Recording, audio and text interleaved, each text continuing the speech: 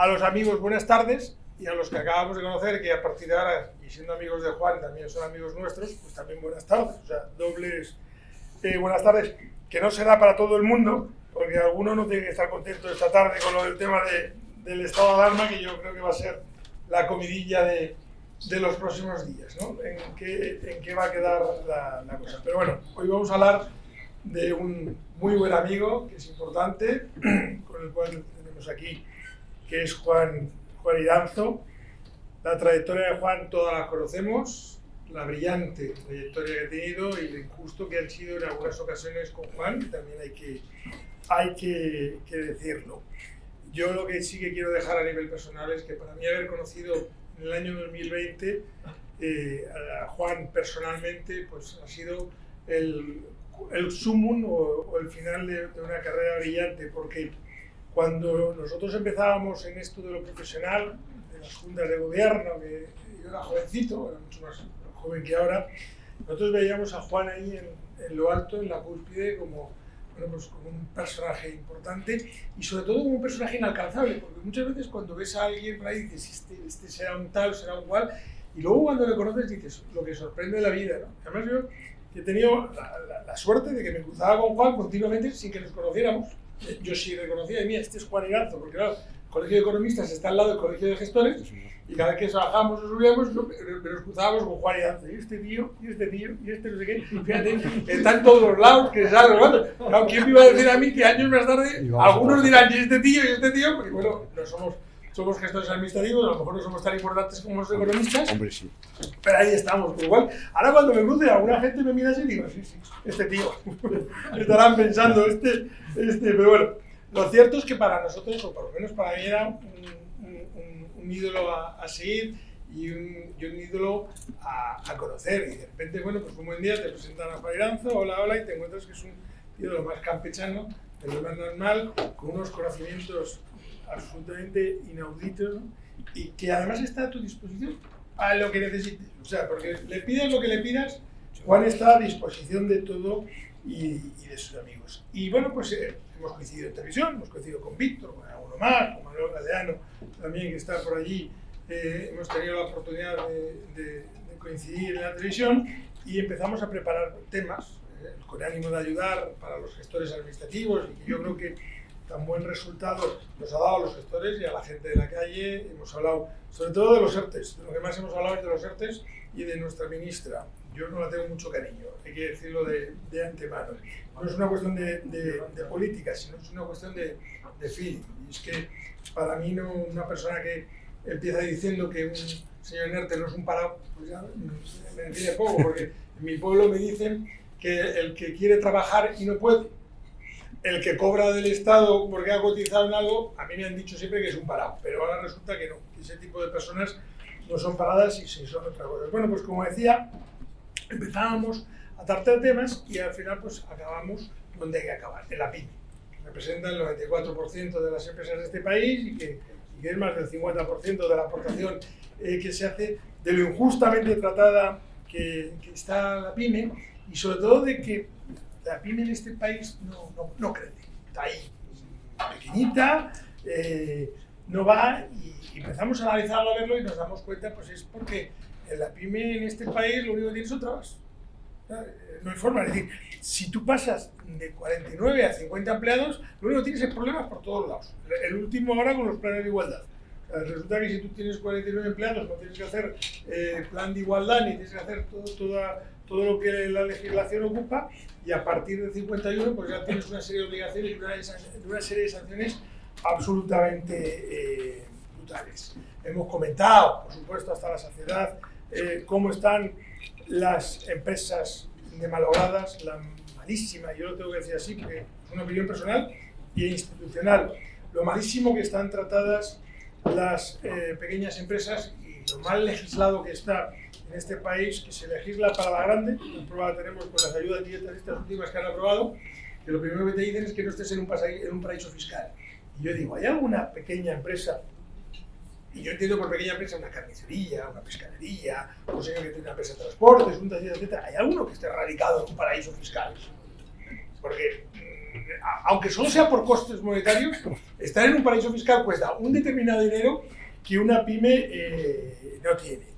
Si entramos en el mercado laboral, empezamos, el salario mínimo interprofesional, pero vamos a ver, alguien ha explicado que la subida de un salario mínimo interprofesional a quien más afecta es a las pequeñas empresas que tienen unos abanicos muy pequeños en los salariales. Es decir, la diferencia del que empieza al que lleva 30 años está en menos de un 5 o de un 8%. Entonces, si tú de repente subes un 20% el costo del que empieza, tienes que subir un 20% de todo el mundo. Es decir, no, las multinacionales tienen unos abanicos mucho más importantes. Entonces, el tema de la fiscalidad, que por cierto haya hecho Juan un enorme trabajo, etcétera, la armonización, cuando se habla de armonización, o sea, todo son una serie de trabas a la pyme que no crecen y bueno, pues nos parecía importante que Juan nos hablara de ello y también que nos hablara, por supuesto, de temas de financiación, etcétera, porque a la hora de financiarse, la pyme es lo mismo. Es decir, lo primero que te dice en un banco cuando vas a financiar a una pyme es, avale usted.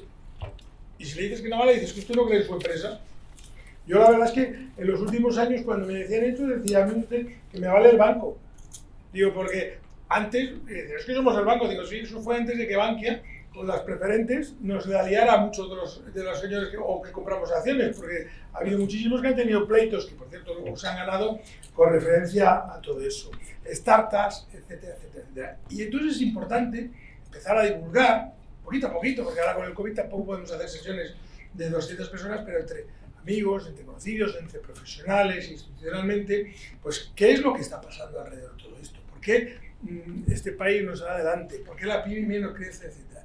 Y a Juan, bueno, pues se le ocurrió la idea de que habláramos o de dar esta pequeña charla, que no iba inicialmente dedicada a esto, sino que la quería dar en otros, y le dijeron, no, vamos a darla con gestores administrativos para que se divulgue, con amigos, con financieros, etcétera. Vamos a hacer la primera de las presentaciones que tú hagas aquí a Petit Comité, así como buen novel, como buen becario, se va acostumbrando a hablar en público, porque uno de los defectos que tiene Juan es que no sabe ni hablar en televisión ni en público. Como decimos en televisión, es una ironía, ¿no? Y que nos ilustre. Por lo tanto, como lo importante eres tú, Juan, pues cuando toque, coges la palabra y nos ilustras. Y mientras tanto, nosotros comeremos jamón. ¿Vale?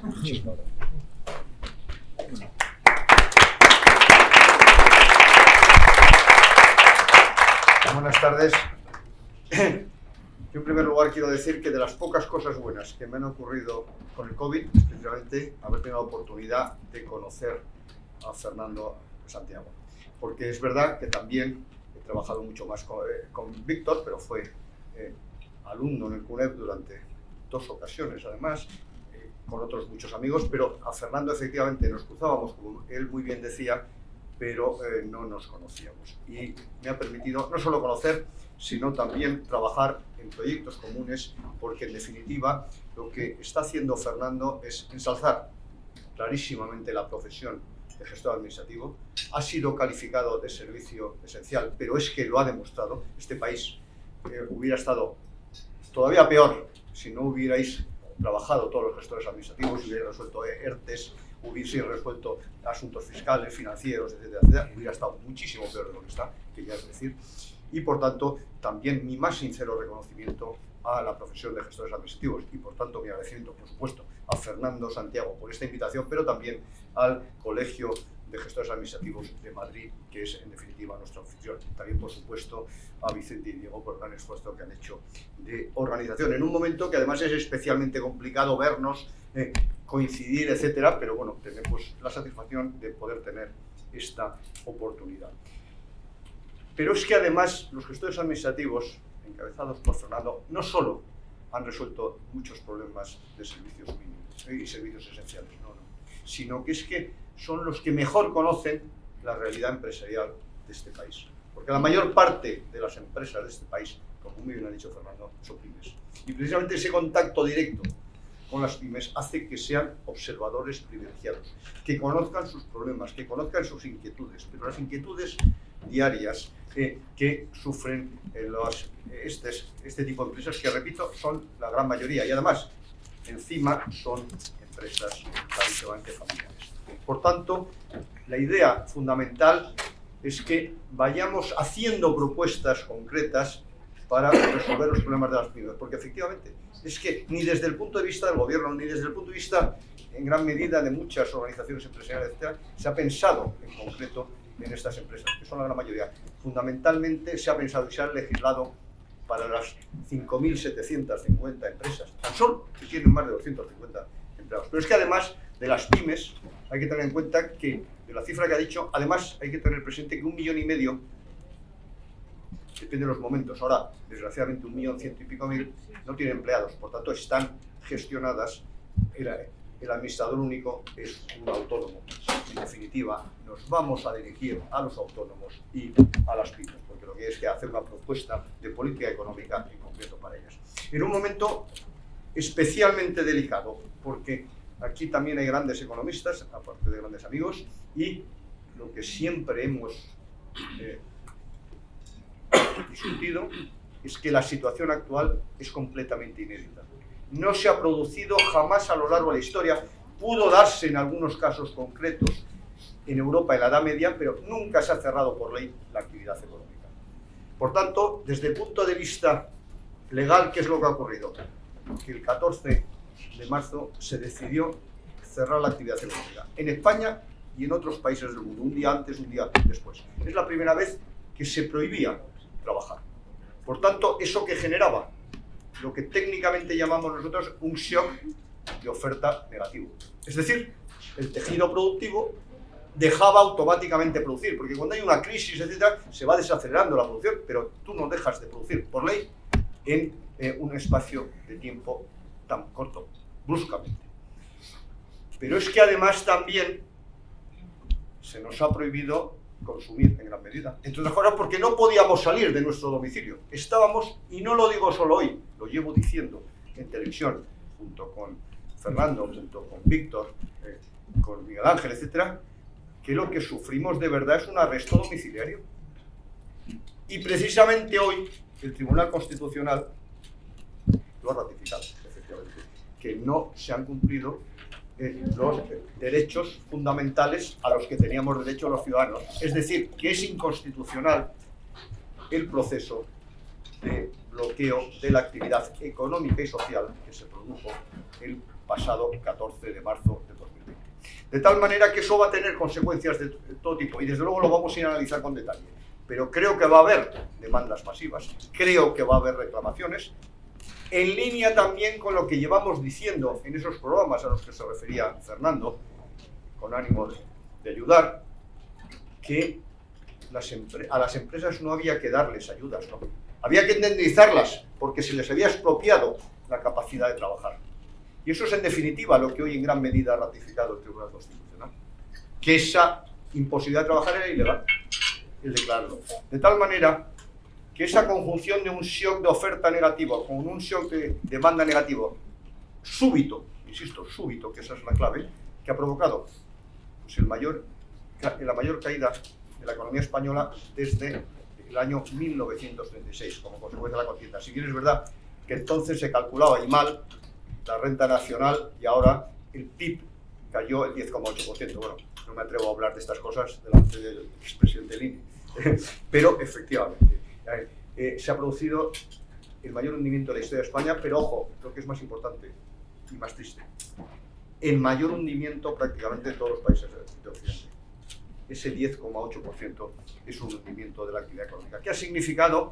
Insisto, disimulado como pretendía la ministra Yolanda.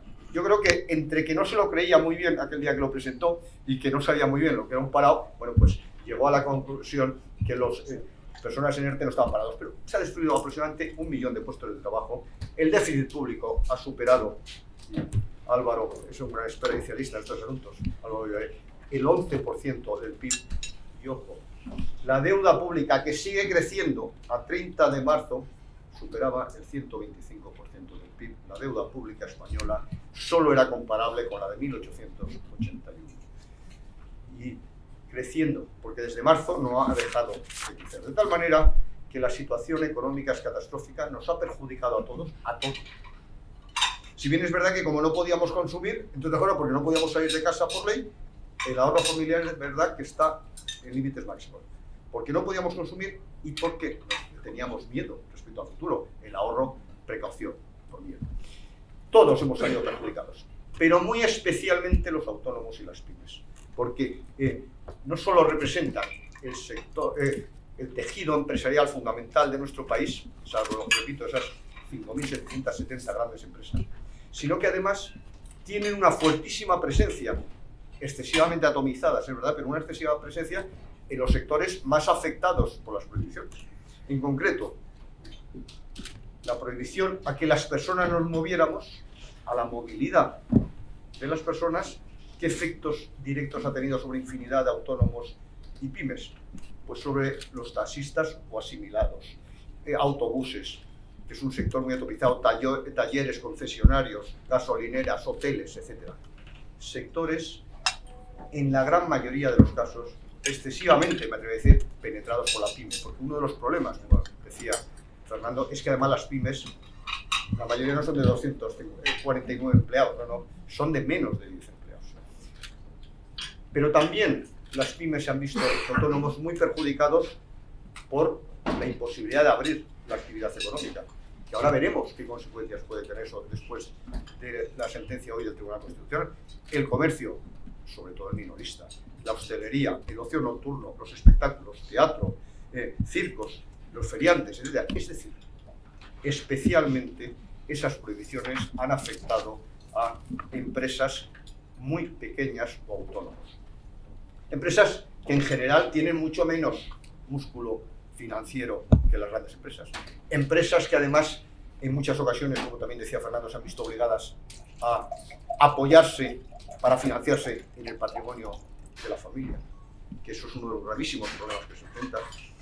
Empresas que no tienen tamaño suficiente para internacionalizarse, es decir, para buscar las oportunidades que abre la exportación, porque siempre la economía española ha salido de todas las crisis a través de la exportación. La exportación ha generado empleo, ha generado un incremento de la demanda interna y luego ese aumento de la demanda interna ha consolidado el crecimiento. Pero siempre hemos salido a través de la exportación. Y precisamente muchas pymes tienen, lógicamente, grandísimos problemas, no solo para localizarse en un paraíso fiscal, sino precisamente para internacionalizarse. Pero es que además son las víctimas propiciatorias de lo que se avecina. ¿Por qué? Porque hasta este momento prácticamente tenemos una economía completamente dormida, narcotizada, sedada, como la queramos llamar, pero como muy bien ponía de manifiesto el Observatorio de los Sectores Administrativos del último mes, en el momento que nos saquen de ese letargo inducido, la catástrofe va a ser máxima. No solo hay 300.000 autónomos en suspensión de actividad, sino que cuando menos 110.000 empresas prácticamente van a ser inviables. Y según el propio Banco de España, entre 5 y el 10% de las pymes van a tener grandísimos problemas de subsistencia, por no decir que son inviables. ¿Por qué? Porque en gran medida el gobierno no ha respondido a los retos que se planteaban. Ante un cierre de la actividad económica hay que responder racionalmente, porque hay que dar respiración asistida en un momento que tú impides que la gente trabaje y que salga de su casa. Por tanto, ¿qué es lo que tenía que haber hecho inmediatamente como se ha producido en otros países? Haber dado no ayudas, indemnizaciones por el cierre, porque se expropiaba la capacidad de trabajo. Y ahora probablemente es lo que va a consolidar esa idea el Tribunal Constitucional y va a abrir una vía de reclamaciones patrimoniales muy importantes. Sin embargo, ¿qué es lo que ha hecho? Dar ayudas, sobre todo a las grandes empresas, y que además no han llegado, y que además condicionadas a una serie de requerimientos que las hacían prácticamente inviables para la gran mayoría de las empresas. Si tú tienes una deuda con Hacienda, si tienes un impagado, no lo puedes pedir y resulta que están destinadas a quien tienen problemas, claro, no a los que no tienen problemas. Por tanto, no quiero utilizar la palabra ayuda, insisto, sino las indemnizaciones solo han llegado a algunas pymes en la Comunidad de Madrid y con limitaciones por la propia Constitución de esa figura. En segundo lugar, los créditos ICO pues también eran inaccesibles para muchísimas pequeñas empresas, efectivamente, porque también tenía esas limitaciones a las que nos refería. ¿Por qué? Porque resulta que todos nos tenemos que apretar el cinturón ante una situación de extrema gravedad, salvo la Seguridad Social y Hacienda, que no está dispuesta a las quitas, que no está dispuesta a retrasar pagos sin cobrar intereses que son de usura o confiscatorios, al 3,75, etcétera, etcétera. ¿Qué es lo que se tenía que haber hecho también? Facilitar la poca actividad económica que dejaban que se produjera. Por tanto, tenía que haber hecho lo que se ha efectuado en casi todos los países: bajar el IVA, las cotizaciones sociales y retrasar el pago de las cotizaciones sociales y Hacienda sin intereses de demora, que es lo que se ha hecho en muchísimos países. Aquí, todo lo contrario. Lo que se ha hecho en contra de lo que afirma la ex portavoz y hoy todavía ministra de Hacienda, que no se iban a subir los impuestos y que no se han subido durante la pandemia. Que yo sepa, el día 1 de enero del 2021 todavía, desgraciadamente, teníamos pandemia. La seguimos teniendo, pues fíjense, se subieron o se establecieron 13 nuevas figuras o se subieron 13 figuras tributarias que perjudicaban la actividad económica, pero sobre todo de las pymes. Asimismo, ¿qué se tenía que haber hecho? Esto es un poco algo más sofisticado. Reducir el componente estructural del déficit público. Es decir, aquel que no depende del ciclo económico, sino que en sí es inviable, porque no tiene la financiación suficiente. Sobre todo las pensiones, pero también otros factores determinantes. Pues lo que se ha hecho es incrementar el déficit estructural con algunas medidas, entre otras, que han generado una ilusión monetaria que no se ha cumplido, como por ejemplo el salario mínimo vital, o la renta mínima vital, o como que se ha llamado de tantas formas, pero nos consta que no ha llegado a casi nadie. Y además siempre con trampa, que perjudica a los autónomos y a las pequeñas empresas. Que resulta que luego había que tributar como renta. O sea, lo que te dan a ti, se lo devuelves en gran medida a Hacienda. Que además se te une a tu renta en la mayoría de los casos. Por tanto, como el impuesto es progresivo, pues genera gravísimos problemas.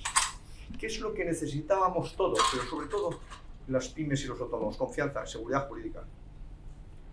¿Cuántos cambios de rumbo irracionales ha realizado el gobierno a lo largo de estos meses? Pues permanentemente. Lo que tenía que haber dado es una orientación para que los agentes económicos y sobre todo estas siguen adelante. Y sobre todo es que no confían las empresas. Y eso se detecta excesivamente. Los gobiernos, desde mi punto de vista, pueden ayudar poco a las empresas, pero pueden fastidiar mucho. Lo que tienes es que establecer el entorno económico adecuado para que se muevan lo más libremente posible. Ya no digamos en el caso de las pymes. Porque además nosotros estamos hablando de las pymes que en este momento son inviables por las medidas restrictivas del COVID, no porque estuvieran mal gestionadas. Claro, es que no es un problema de gestión, es un problema de imposibilidad física de trabajar. Que eso es lo que hay que recargar y recordar permanentemente a los poderes públicos. De tal manera que ante ese escenario, encima, ¿qué es lo que se ha hecho? Disparar el gasto público, no ayudando a las empresas y generando una serie de servidumbres que vamos a pagar en el futuro. Porque aquí también hay grandes expertos en Hacienda, evidentemente. Los presupuestos que se han aprobado para el año 2021 son un ejemplo de lo que no hay que hacer jamás, desde el punto de vista fiscal, efectivamente. Es el caso que se utiliza en algunos casos, que es la perversidad absoluta, en momentos, sobre todo como el actual. De tal manera que, ¿qué es lo que pedimos para las pymes que debe hacer el gobierno? Aunque, lo digo con sinceridad, con poco convencimiento en cuanto a los resultados a corto plazo, pero por lo menos, y aquí también hay importantes políticos, que, a ver si entre todos seguimos dando la data y sobre todo, si gobernáis, pues tener en cuenta toda esta situación.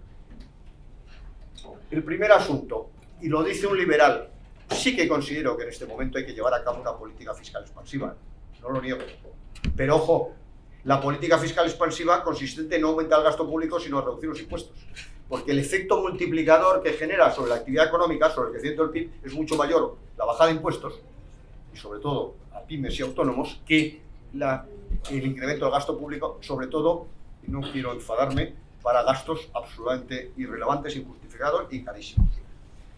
En segundo lugar, y esto es fundamental para las pymes, y ya lo apuntaba Fernando, como no puede ser menos, es que necesitamos una reforma laboral, pero justo en sentido contrario a lo que hoy mismo ha vuelto a recordar la vicepresidenta segunda, encima ascendido, Yolanda Díaz.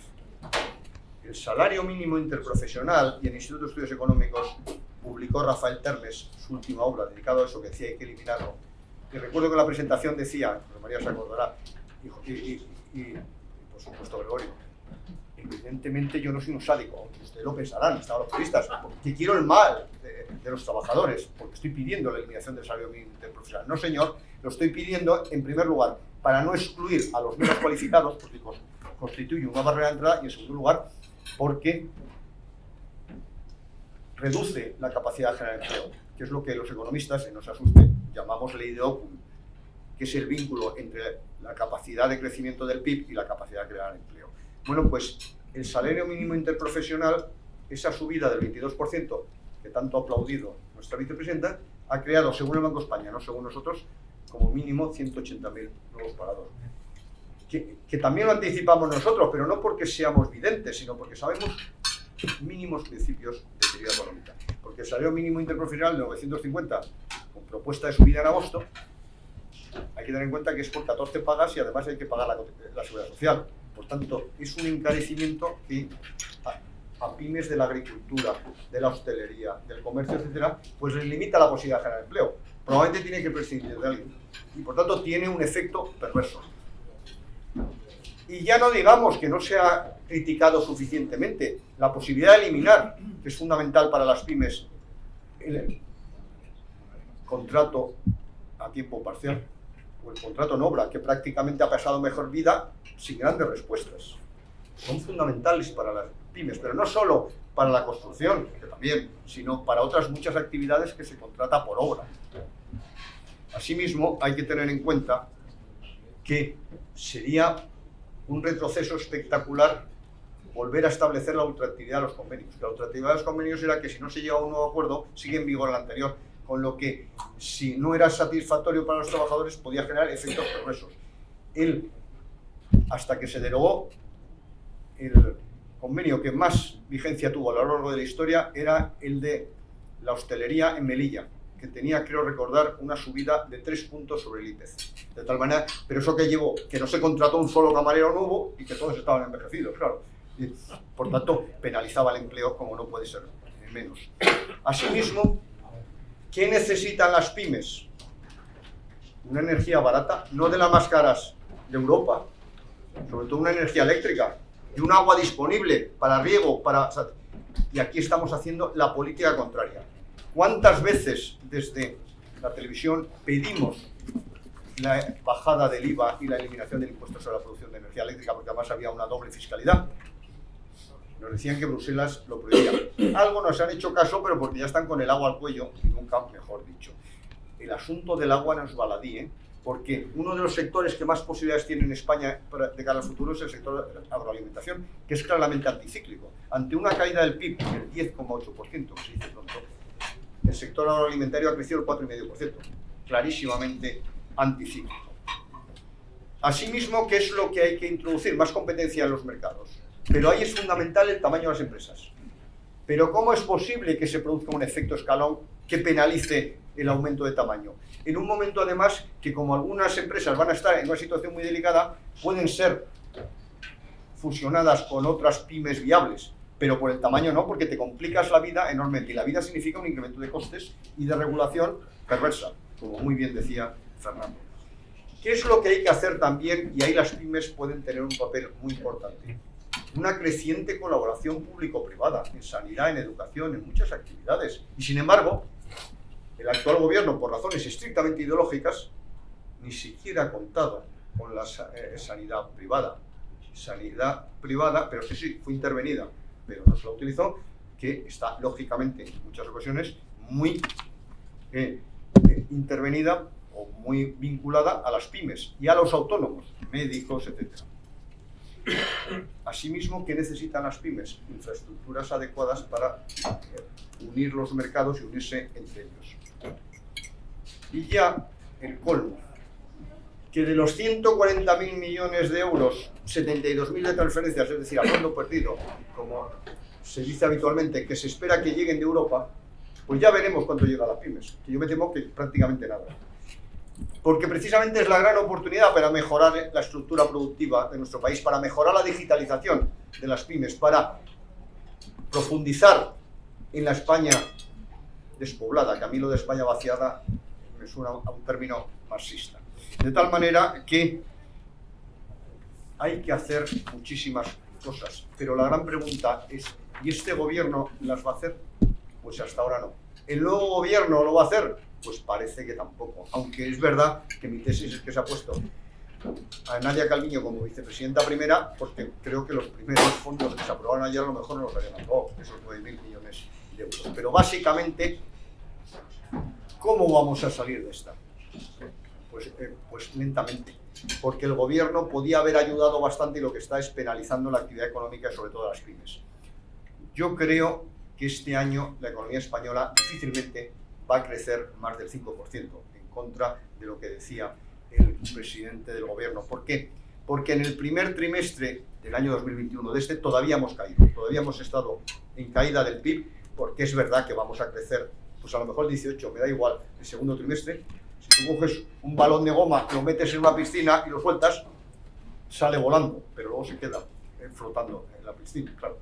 De tal manera que yo creo que difícilmente la economía española va a crecer más del 5% este año, entre otras cosas porque los cálculos del 6,2, 6,8, que eran los más optimistas últimamente, estaban basados en que íbamos a recibir 40 millones de turistas extranjeros y ya veremos con esta quinta ola, ese es un asunto fundamental que afecta muy directamente a muchas pymes, como decíamos anteriormente. Por tanto, con ese escenario, yo no creo que alcancemos el Producto Interior Bruto del año 2019 hasta el año 2023, con lo que habremos perdido 3 años de crecimiento. Claro, porque recuperar el nivel anterior sin crecer es muy preocupante. Al final van a quedar por el camino 1 millón de empleos, grosso modo. Van a quedar más de 250.000 empresas, grosso modo. Y además, y ya concluyo, tenemos un problema que no esperábamos, pero lo hemos buscado. La globalización básicamente significaba mucha más competencia a nivel internacional, por tanto la inflación de oferta y de demanda era mucho más baja. Pero ¿qué ocurre? Que primero, hemos demostrado que hay escaseces ante crecimiento de la demanda, por ejemplo de chip, etc. Y por tanto eso está generando una inflación de oferta, que puede ser temporal, porque al final se ajusta. Pero hemos creado lo que yo he llamado, bueno, por deformación profesional, porque mi cátedra se llama estructura económica, inflación estructural, que son todos los costes adicionales que estamos introduciendo en el sistema productivo por razones medioambientales. Y que eso es creciente y estructural. Por tanto, la inflación de oferta va a ir creciendo y no reduciéndose aunque produzcamos chip o otros minerales que en este momento hay falta. Y también hay inflación de demanda porque había una demanda embalsada, pero a mí la que me preocupa básicamente es la oferta. ¿Pero qué sucede? Que la inflación en España en marzo estaba en el 1,3, hoy en el 2,6. Probablemente subiendo. En Estados Unidos estaba en el 2, 5,4. China, que exportaba deflación, en el 8. Por tanto, eso es lo último que a mí me preocupa. ¿Por qué? Porque muy probablemente los mercados financieros se van a dar la vuelta. Van a subir los tipos de interés porque ya la Reserva Federal está anunciando un tapering antes o después, es decir, cambio de política. ¿Y eso a quién penaliza fundamentalmente la subida de tipos de interés? A las pymes, evidentemente. De tal manera que con este escenario yo creo que lo que tenemos es que seguir todos trabajando, todos insistiendo, encabezados por Fernando, porque evidentemente las pymes son la gran realidad empresarial de nuestro país junto con los autónomos, son las familias de este país, de las que viven la mayor parte de las familias. Y por tanto, lo que tenemos que hacer es continuamente tratar de orientar en la dirección correcta para, insisto, que nuestro tejido empresarial sea viable ante una situación muy preocupante. Pero desgraciadamente muchos se van a quedar en el camino, pero por lo menos pensemos en los que van a seguir adelante. Insisto, agradezco enormemente a Fernando y al Colegio de Madrid de Gestores Administrativos esta oportunidad y quedo a vuestra disposición para cualquier crítica, comentario, pregunta, etc. Muchísimas gracias.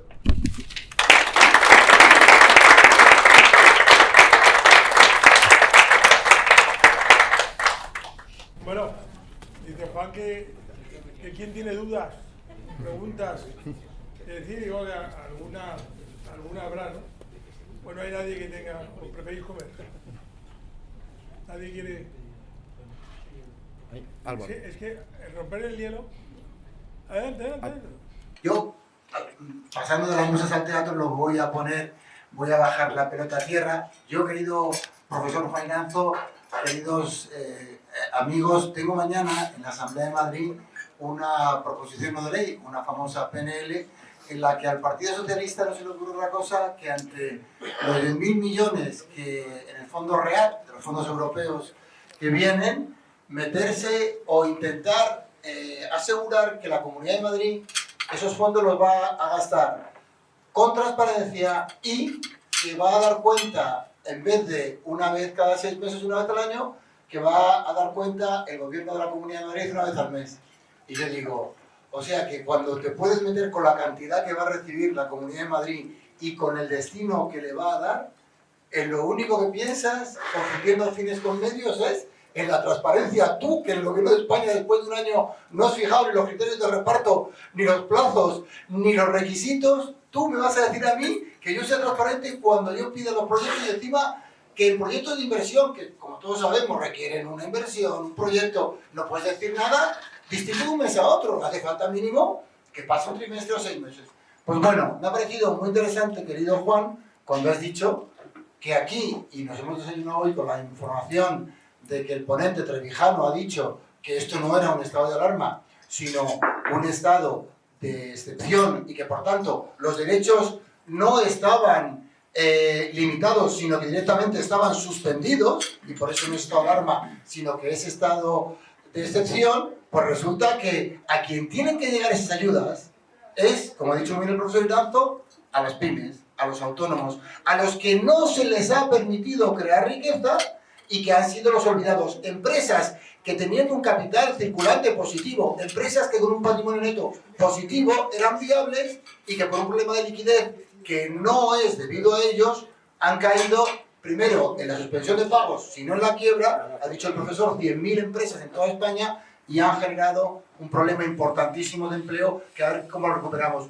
Yo confío mucho más en el sector privado, en esos autónomos, en esas pymes, que hagan la asignación de recursos, que no en la administración pública, porque a ese señor del Partido Socialista que presentó la enmienda, la PNL, y de cuyo nombre no me quiero acordar porque tampoco le vamos a dar mala fama, pues habría que decirle, oiga, pero además de no protestar por la cantidad, que por cierto, le toca a la Comunidad de Madrid, yo he dicho, la Comunidad de Madrid representa el PIB si fuésemos a los fondos de recuperación y resiliencia que dicen ahora, pues yo digo, pues a la Comunidad de Madrid le corresponde el 20%, si genera el 20% del PIB, habría que darle el 20%, no. Del primer reparto que se ha hecho de los fondos de recuperación económica para la economía ecológica y la economía digital, solo llega a la Comunidad de Madrid el 10%. Digo, bueno, haré calcular mal. Me voy a ir a los REACT, que son los que financian a las personas.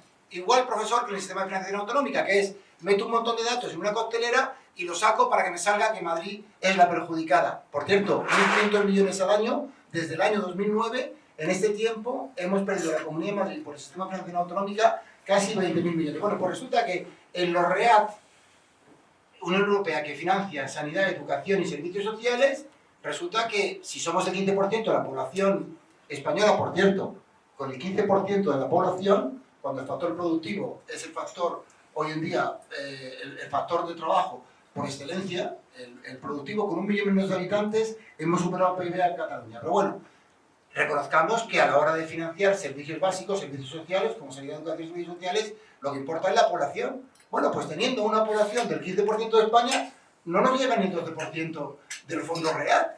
O sea que ni por PIB ni por población. Y digo yo, ¿y cómo no adjudica los recursos? Pues no se preocupan ni de qué cantidad llega a la Comunidad de Madrid, que es un multiplicador de España.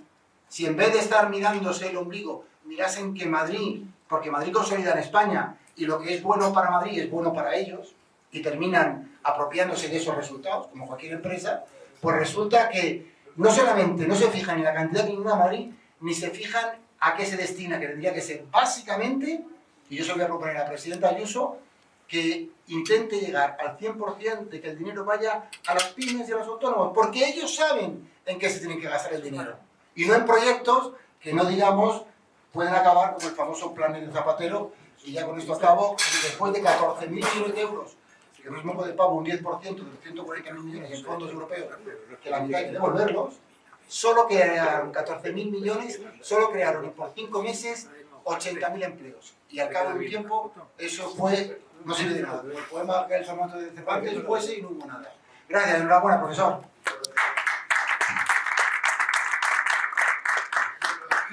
Muchísimas gracias, Álvaro, que además ya es un convencido de siempre, como Víctor, un político liberal, poniendo de manifiesto que la libertad es un concepto absolutamente indivisible entre libertad civil, libertad política, económica y de expresión. En ese sentido, es a través del control, precisamente, de la actividad económica como se consigue el control político y social.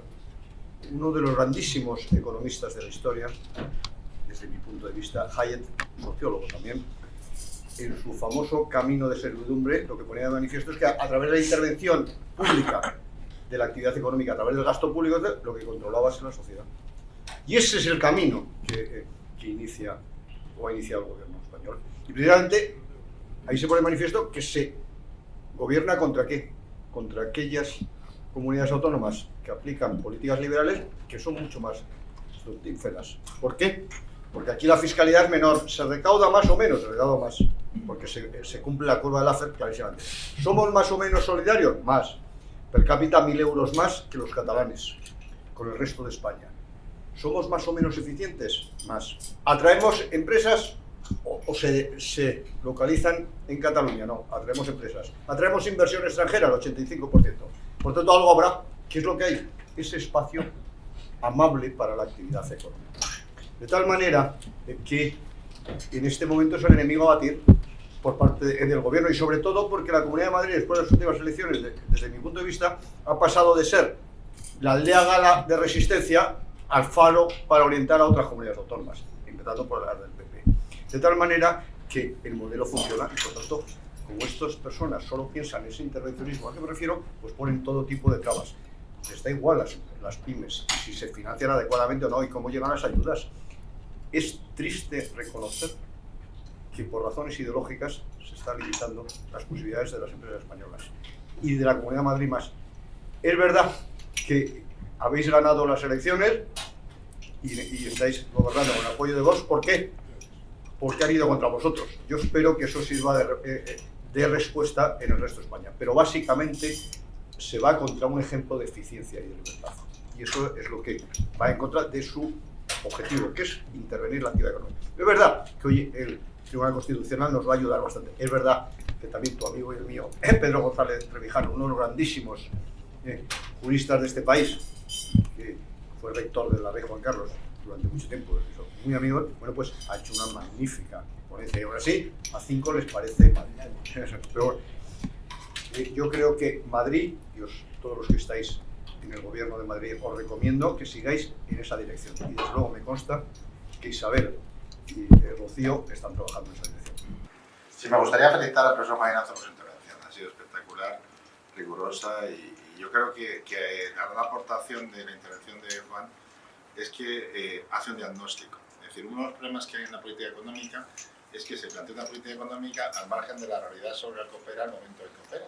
Y eso es un error, porque difícilmente se puede hacer una buena solución sin tener un diagnóstico adecuado.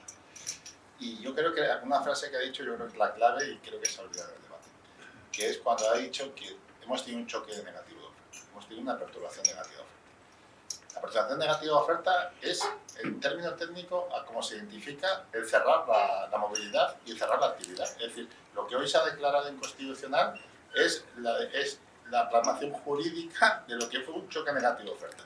Este choque negativo de oferta inicial se amplía en otro choque negativo de oferta, que son las pérdidas de las empresas. Cuando una empresa tiene pérdidas es un choque negativo de oferta, otro choque negativo de oferta. Cuando esta empresa desaparece es otro choque negativo de oferta. El choque negativo de oferta, desaparición de empresas, no se ha manifestado en su integridad porque ha habido moratoria, como piensan en el Colegio de Gestores Administrativos, para lo que es una declaración de concursos, pero las pérdidas y la debilidad y la vulnerabilidad está ahí. Entonces, tenemos un choque negativo de oferta importante, y eso es lo que explica que la economía española desde el tercer trimestre de 2020 no daba pie con bola, porque el cuarto trimestre fue negativo, el primer trimestre ha sido negativo, y llegamos ahora. Y de repente vemos la luz porque el segundo trimestre vamos a crecer. Este trimestre vamos a crecer. Pero ¿qué es lo que ha sucedido este segundo trimestre, técnicamente hablando? Ha habido un choque positivo de oferta, que ha sido levantar el estado de alarma. Levantar el estado de alarma técnicamente es que se ha dejado de prohibir lo que estaba prohibido. Se ha desandado el choque negativo. Y esto es lo que va al crecimiento.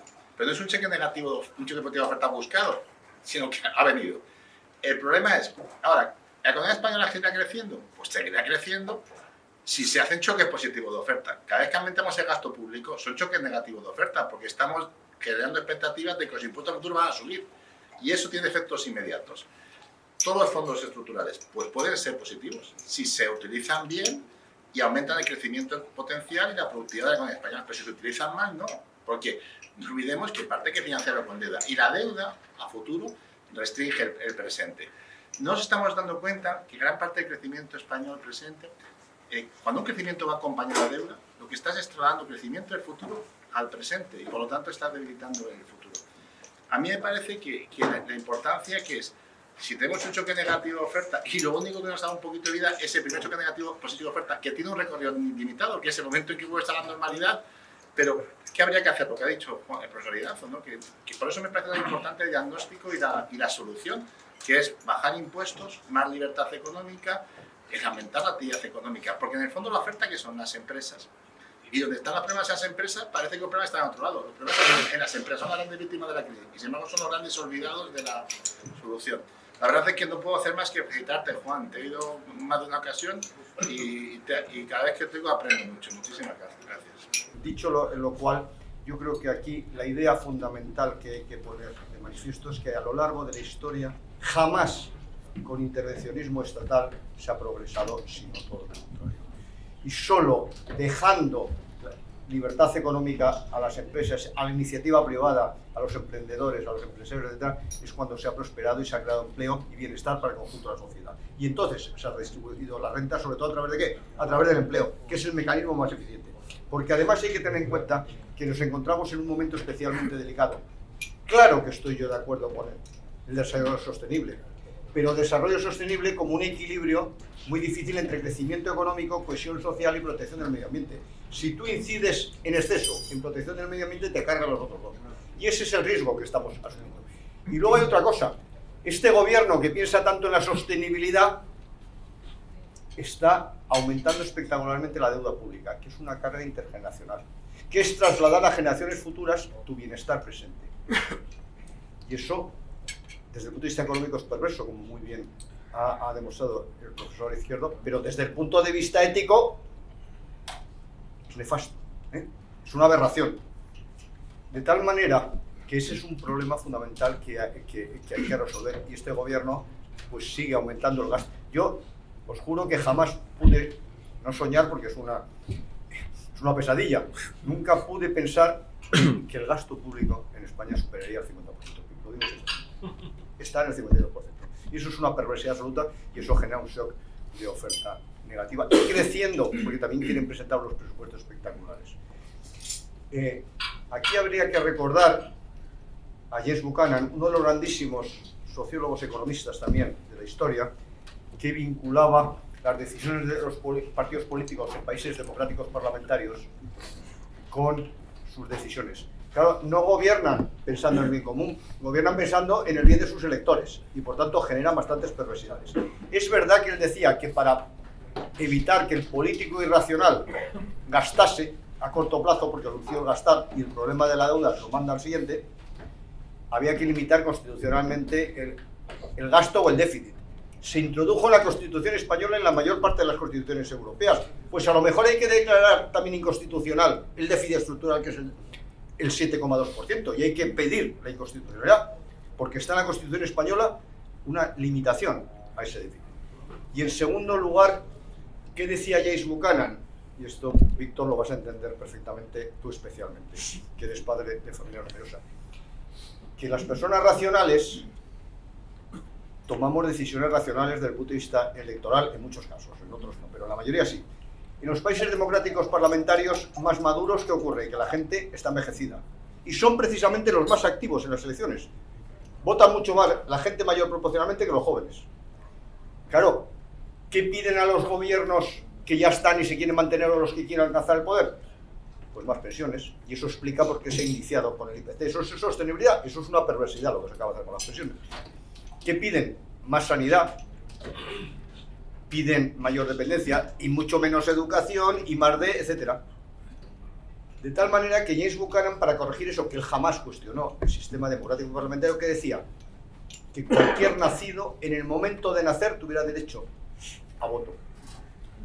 Y lo ejerciera a través de ¿quién? De sus representantes legales, que normalmente son los padres. Hubo cierta discusión incluso en la República Checa y se decidió que mejor que votara la madre, más que el padre, que es más racional, pero yo también lo creo. Pero claro, en el momento que votas con tus hijos, por tus hijos, estás pensando en el futuro, no en tu padre, en el abuelo de los niños. No es ninguna tontería que volvamos a recordar por qué los partidos políticos toman decisiones. Y aquí hay representantes de dos partidos políticos que espero que pronto estén gobernando en España, y en este sentido hay que tener en cuenta esa circunstancia, que lo que hay es que gobernar pensando en el bien común y no solo en sus sectores. Gracias. Mi pregunta, de acuerdo a bajar impuestos, por supuesto, siendo alumno tuyo no voy a pensar de otra manera, reducir el gasto.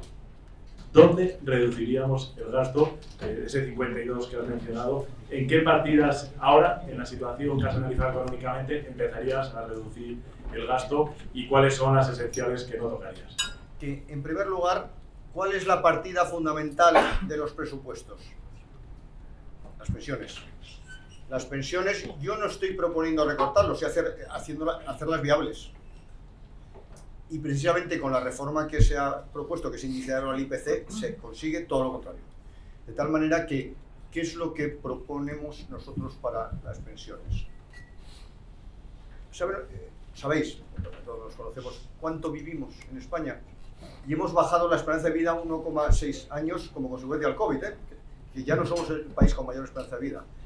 Vivimos 725.000 horas, que son 82 años con 4. Es verdad que aquí todos sois muy trabajadores y lo sé, Fernando ya no digamos, pero de esas 725.000 horas, ¿sabéis cuántas trabajamos a lo largo de nuestra vida? Decidme algún número, hombre, que estamos entre amigos. De las 725.000, que es el ciclo vital, ¿cuántas horas trabajamos? 200.000. Yo pensé que erais trabajadores, pero no tanto. Joder. 200.000 significa que de niño trabajas también.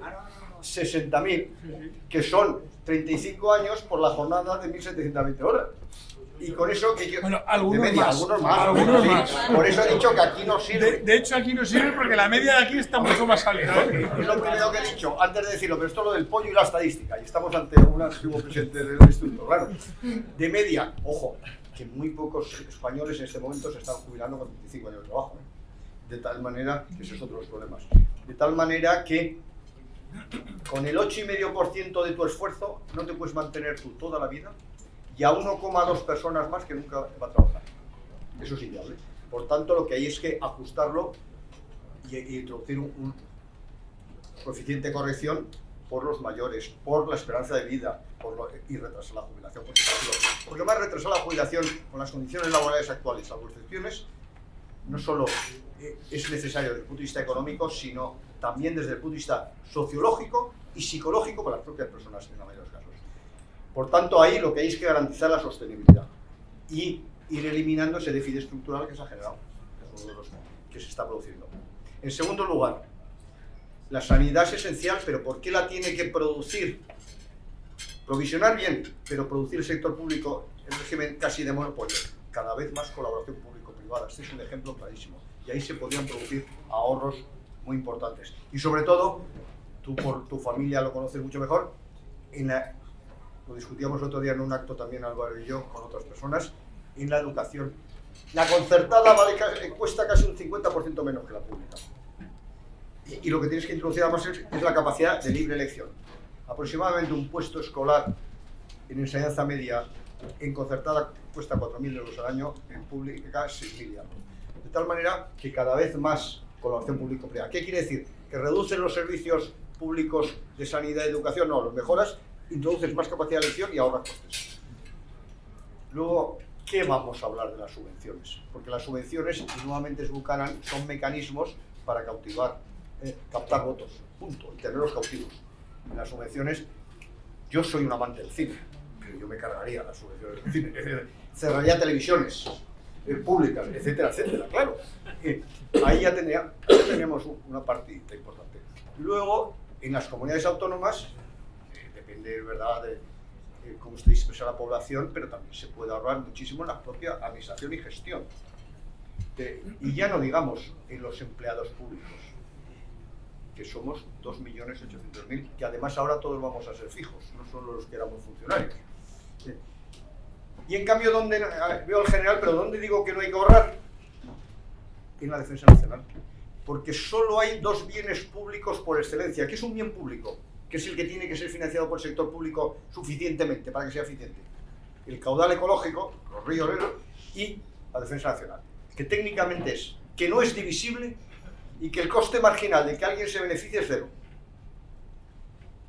El resto son bienes públicos imperfectos o bienes económicos.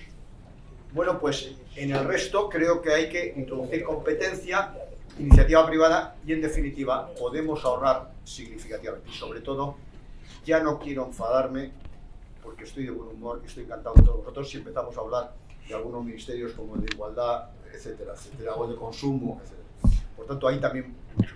Y no, acabo de recibir he recibido un correo electrónico donde hacen unas declaraciones de Jerome Powell, el presidente de la Reserva Federal, que dice la inflación es por una tormenta perfecta entre la alta demanda y la baja oferta.